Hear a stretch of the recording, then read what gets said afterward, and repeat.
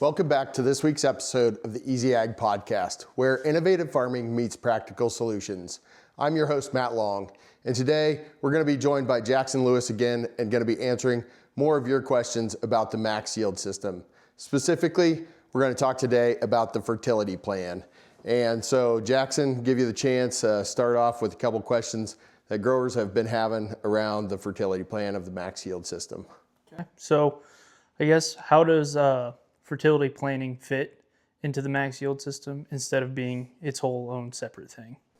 Yeah, I mean, I think, what growers are used to doing in the past is they work with their seed provider or their seed consultant or crop consultant to select the hybrid that they're going to plant on their farm, and then they work with their co-op or nutrient or other fertilizer dealer to decide what they're going to do from a fertility basis. And so really what we're trying to do with the max yield system is bring in all the pieces, crop plan, seed plan, fertilizer plan, or fertility plan, and crop protection plan into one, so that they understand how those pieces can work together to create the highest yield. And so bringing that fertility plan in, how does that look different than what they're doing in the past? We're not only looking at yield goal and soil test data or historical fertility amounts. We're looking at also what that overall farm goal is from a bushels per thousand standpoint, as well as what that field by field goal is on that bushels per thousand and yield to make those decisions. So. Okay. Why is it important to kind of match that fertility plan with a yield goal instead of just one big program? Yeah, I mean, so what a lot of guys do is kind of blanket application of their fertilizer inputs. Say on dry land, they might be using 60 to 100 pounds of N, and they're going to use that across every field on their operation. And when we look at it on a field by field basis, one, we're going to take into account the soil test data that we have from that field to understand how much free fertility they have available to this crop. And then we're also going to take into account the actual productive capacity of this field in the past. So if you remember back when we started the crop plan, we look at the bushels per thousand yield goal on a field by field basis.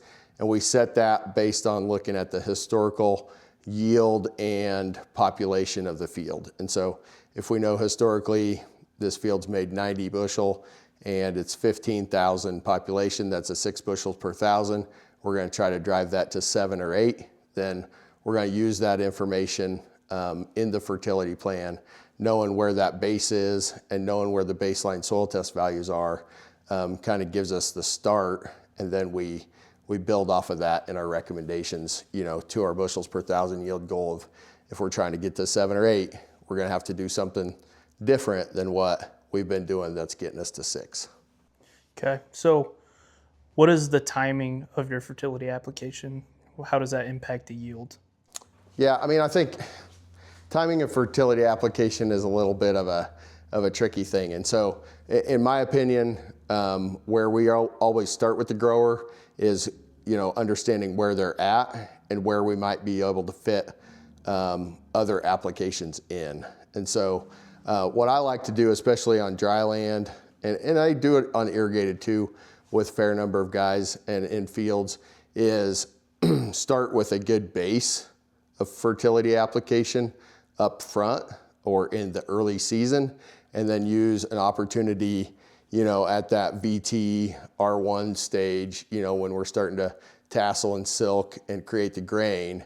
We try to use that stage to do what I call the top off or blow the top off, So if we're a little bit short, we have an opportunity in there to top it off. Or if we've had really good growing conditions through the year, we have the opportunity to maybe add something to blow the top off of that yield. And so that's kind of my basic fertility application, is figure out how to fit it in to the operations you already have on the field, and then reserve something for later. And the good thing about reserving something for later is if the crop isn't there, you don't have to spend that money. So if we're having a drought or a disaster, or we had a hailstorm and the crop's not going to be there, we don't have to spend that money. But if it is there, then let's go ahead and continue to invest in that crop to get that highest yield. Okay. I guess that kind of plays into this next one, but kind of what are you doing to monitor those fields during the growing season, and what can kind of change in what you're recommending for fertility? Yeah, I mean, there's a couple different things you can do to monitor. The only thing I really use tissue sampling for is really information to help me inform what I can do differently next year. Because typically once you see a deficiency on a tissue sample, like the impact is already being seen. And so if we're doing tissue sampling, we're going to use those tissue sample results to inform how we should go out up front and do a better job, on this nutrient or that, to make sure we don't have that deficiency next year. So in season, the things we're doing to help inform whether we continue to invest in a crop or not is really just infield scouting. The drive-by approach is okay, but getting out in the field and actually, seeing, how consistent our stand is, rating our bushels per thousand potential in the early season, and understanding, that we have the opportunity to excel or not, is always part of it. And then just watching Mother Nature, unfold. So, like I said, if it's going to be hot and dry and we're going to have a potential crop failure, we're probably going to pull back on that later season investment into those crops, versus if we've had mild weather with a lot of rainfall, we probably have the potential to invest and see a major return on that investment. Okay. Then throughout the growing season, what does Red Barn do to kind of evaluate field conditions and maybe try to pick out some limiting yield factors? Yeah, I mean, like I said, one of the things we like to do early season is kind of go out there and, based on population and plant uniformity, we can estimate the bushels per thousand that we expect to get out of that crop if Mother Nature and the rest of our plans follows through. And so we can kind of go out there and do that early season evaluation. And then we often follow up. I mean, it's not a regular weekly scouting like a crop consulting service would be, but sometimes bi-weekly or every 3 to 4 weeks, we try to be in a lot of our growers' fields.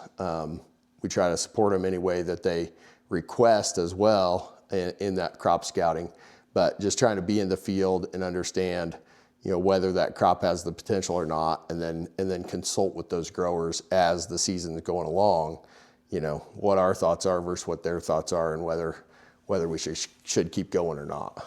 So, what are some of the biggest threats throughout the growing season that you see, and what are you kind of doing to try and protect the crop from that? Yeah, I mean, the biggest threats start when the planter pulls into the field. If we don't do a good enough job at planting, then we have this crop that's growing at variable stages. And when you have a crop that's growing at variable stages, the weaklings or the runts out there in the field are obviously causing stress on others by emitting stress hormones. And those other plants pick that up, and then they become under stress. And so that risk starts when the planter enters the field. If we do a good job at planting, the majority of the risk is weather after that. And so we're just kind of evaluating that weather risk if we did a good job at planting and trying to make that decision and help the growers make that decision. Okay. How does the fertility plan and the max yield system help growers be more proactive instead of reactive when making their decisions? Yeah, I mean, I think the big thing there is it identifies the points in the system where you need to be reactive.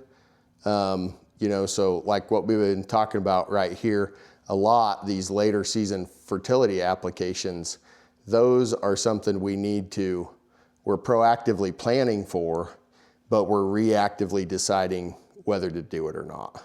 And so the proactive portion, again, just like the other parts of the max yield system, lining out all the work we have to do and kind of the timeline that we want to get that work done in, and what we need from a supply standpoint, whether it's fertilizer, chemical, or seed, equipment, manpower, kind of getting all that set up is the proactive part. And then the reactive part is, just evaluating those conditions and making that decision in season of, do we keep going or do we pull back? Okay. So then when everything kind of lines up, when the max yield system and the fertility plan and the in-season management all come together good, what results do you see in the field? Yeah, I mean, I think the result that we're going for is the highest yield, obviously, but also the highest ROI. And so when everything aligns, yeah, we're hitting on all cylinders in yield and ROI, and that's what really makes our growers' operations work. Okay. Then in the next episode, we're talking about harvest evaluation. Why is it important to kind of look back and think about that instead of just moving on to the next thing next season? Yeah, I mean, yield is a number, and it's part of the harvest evaluation. But there's a lot of other things that we can evaluate in that field to determine, whether we were successful or not at kind of some of the goals we set out to do. And so, I think obviously other things that you can see in the combine that you can't see after it's over. If you had lodging and disease pressure and stuff like that, you can typically see that at harvest or just before harvest. And then you can always evaluate the effectiveness of the planter pass. And harvest is one of the best times to evaluate that because you're literally going across every row of the field. And so one of us jumping in the combine with our grower and just, making observations as we go through the field about intactness, about ear height, about, plant overall plant health and stuff like that makes a difference, and informs some of the decisions that we might just need to tweak something for the next crop year versus once the combines run through the field and you have the yield, the number's all you've got. And so, this one made 90 and this one made 120. What was the difference? I don't have any idea. 30 bushel, that's it. That's the only thing I've got to go off of at that point. So, anything else? No, that kind of wraps up my questions for fertility plan anyway. So thank you, I appreciate it. That's great. Look forward to joining you on the next episode of the EZAg Podcast, where ag is easy if you tune in to the EZAg Podcast. That's all for today. I'm Matt Long. Grow your yield, grow your legacy, grow strong with Axis Seed.